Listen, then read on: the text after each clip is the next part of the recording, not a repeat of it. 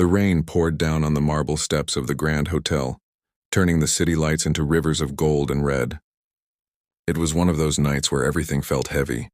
The sky, the air, even the silence between thunderclaps. Maya, a young translator working the night shift, stood under the awning clutching her worn bag. She was tired. Her shift had ended an hour ago, but the storm was too rough to walk home. Just a few feet away, a tall man in a tailored gray suit was finishing a phone call beside a sleek black car. He was clearly someone important, confident, composed, the kind of man used to being obeyed.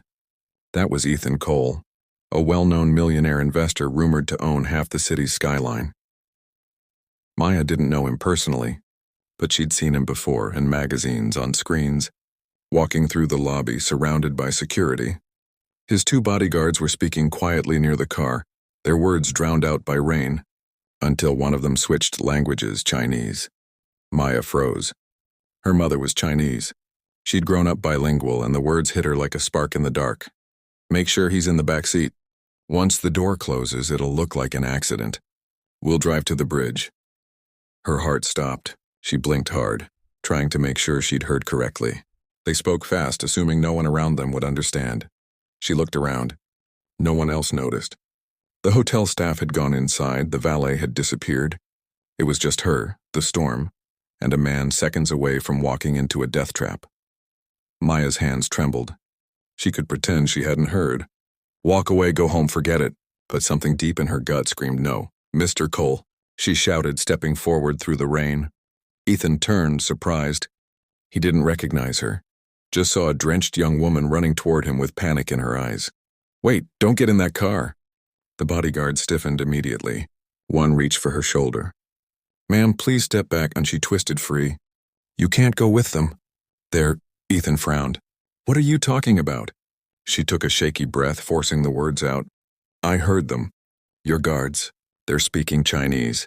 They said something about taking you to the bridge, making it look like an accident. For a second, his expression was blank, disbelief mixed with confusion. Then his eyes darkened. That's impossible. These men have been with me for 5 years. The taller guard stepped forward, voice calm but eyes sharp. Sir, she's confused. Probably had too much to drink. Maya shook her head.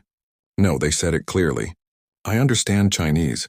My mother's from Beijing. Please, you have to trust me. The guards exchanged a look.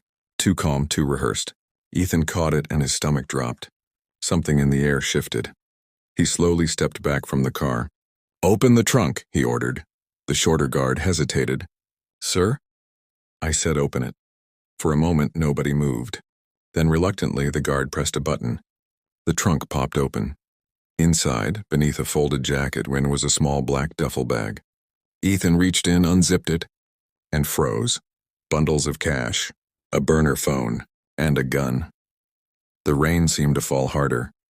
Ethan looked up, his voice suddenly ice cold. You were saying? The two guards didn't answer. They exchanged one last glance and ran. Within seconds, chaos erupted. Ethan shouted for hotel security, but the men were already disappearing into the storm. Maya stood frozen, heart pounding, watching the millionaire bark orders into his phone. Get the police. Lock down every exit. Track the black sedan that just left the property. When he finally turned back to her, the adrenaline in her chest hadn't faded. She half expected him to yell, or worse, accuse her of being part of it. But instead, he just looked at her. Really looked at her. You just saved my life, he said quietly. She swallowed hard. I just couldn't stay silent. He ran a hand through his soaked hair, disbelief flickering across his face. If you hadn't spoken up, I'd be dead by morning. The hotel staff swarmed around them. Police sirens echoing in the distance, but for a moment, it was just the two of them under the storm, the billionaire and the broke translator, bound by a twist of fate. Hours later, in the golden calm of dawn, the hotel lobby was nearly empty again. Maya sat near the fireplace, wrapped in a borrowed coat, her wet hair clinging to her neck. She couldn't stop replaying the night, the words she'd overheard, the men running into the darkness.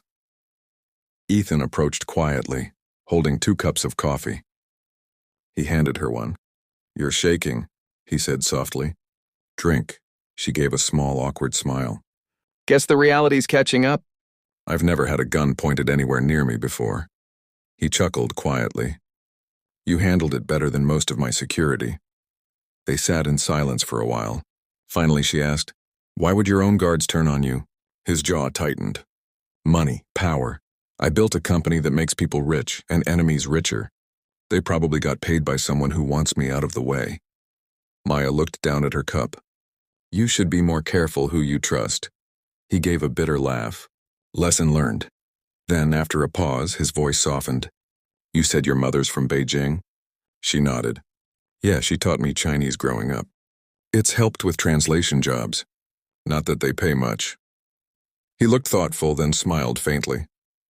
You know, I've been searching for a chief interpreter for my Asian branch. Someone fluent in both language and instinct. You clearly have both. Her eyes widened. Are you serious? I owe you more than a thank you, he said. And something tells me you'd rather earn your way than accept charity. She blinked, overwhelmed. I don't know what to say. Say yes, he said simply. And next time someone warns me not to get in a car and I'll listen faster. They both laughed softly, the tension finally breaking. Outside, the sunrise lit the city in gold, washing away the storm's darkness. The police later caught both guards trying to cross the border. The plot was confirmed, the threat was over. But the story of the girl who understood a language no one else in that room could, and saved a man's life because of it, became something whispered about in every corner of that company. And for Maya, that one night changed everything. She went from being invisible to being invaluable, not because she chased wealth or power, but because she listened, acted, and cared.